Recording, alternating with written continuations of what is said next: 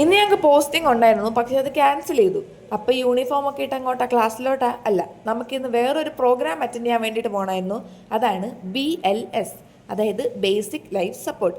സൂര്യൻ ചേട്ടൻ രാവിലെ തന്നെ അവരുടെ പരിപാടിയൊക്കെ നല്ല കൃത്യമായിട്ട് ചെയ്യുന്നുണ്ട്. പുള്ളിയുടെ ജോലിയായിട്ട് നമുക്ക് നമ്മുടെ കാര്യത്തിന് വേണ്ടിയിട്ട് പോകാം. ഈ വലിയ മല കയറിയിട്ട് വേണം നമുക്ക് ക്ലാസ് അറ്റൻഡ് ചെയ്യാൻ പോകാൻ വേണ്ടിയിട്ട്.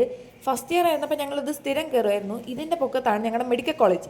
അപ്പോൾ അനാട്ടമി ഫിസിയോളജി ക്ലാസ്സിന് വേണ്ടിയിട്ട് ഞങ്ങൾ സ്ഥിരം വന്നുകൊണ്ടിരുന്നതാണ്. ഇപ്പോൾ കുറേ നാളുകൾക്ക് ശേഷം വന്നതുകൊണ്ട് ഞങ്ങൾക്ക് അത്യാവശ്യം നന്നായിട്ട് മടുത്തു. അങ്ങനെ കുറേ ബ്രേക്കൊക്കെ ഇട്ടാണ് ഞങ്ങൾ പയ്യെ അങ്ങോട്ട് എത്തിയത്. ഈ സ്കിൽ ലാബിൽ വെച്ചാണ് ഞങ്ങളുടെ പ്രോഗ്രാമൊക്കെ നടക്കുന്നത്.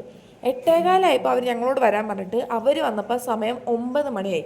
എന്ത് ചെയ്യണമെന്നറിയാവുന്ന മാനത്തോട്ട് നോക്കിയിരിക്കുന്ന അശ്വതേച്ചും കൂട്ടിന് ഞാനും. ആദ്യം തന്നെ ഞങ്ങൾക്ക് അഡൽട്ട് ഹെൽത്ത് ചോക്കിങ്ങും അതുപോലെ തന്നെ പീഡിയാട്രിക് ചോക്കിങ്ങും ആയിരുന്നു. അതിൻ്റെ ഒരു സെഷൻ കഴിഞ്ഞപ്പോഴത്തേക്കും അവർ നേടെ നമുക്ക് സ്നാക്സൊക്കെ തന്നേക്കുന്നു, അതും പപ്സ്. ഞങ്ങളുടെ കോളേജുകാർ സാധാരണ ഇങ്ങനെയൊന്നും ചെയ്യാത്തതാണ്.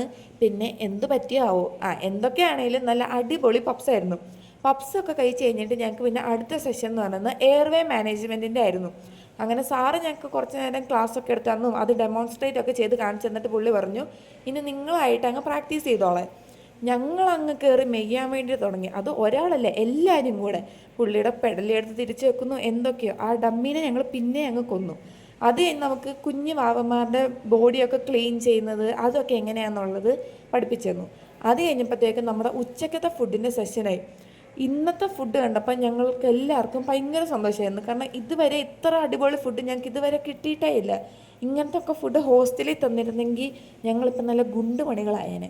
അങ്ങനെ ഉച്ച കഴിഞ്ഞത്തെ ക്ലാസ് ആയപ്പോഴത്തേക്കും ഫുഡൊക്കെ കഴിച്ച് കഴിഞ്ഞ് അത്യാവശ്യം നല്ല ക്ഷീണമൊക്കെ ആയിരുന്നു. പക്ഷേ എനിക്കങ്ങനെ ഉറക്കം വന്നില്ല. അശ്വതേച്ച് കണ്ടില്ല, അതേ വായും വിളിച്ച് വെട്ടിയിട്ട് വാഴത്തണ്ട് പോലെ കിടന്നുറങ്ങുന്നത്. അപ്പോൾ ക്ഷീണമൊക്കെ മാറ്റാൻ വേണ്ടിയിട്ട് പുള്ളിക്കാരൻ ഞങ്ങളുടെ അടുത്ത് പറഞ്ഞു, നിങ്ങളിരിക്കുന്ന ചെയറിൽ തന്നെ അങ്ങ് CPR ചെയ്തോളെ.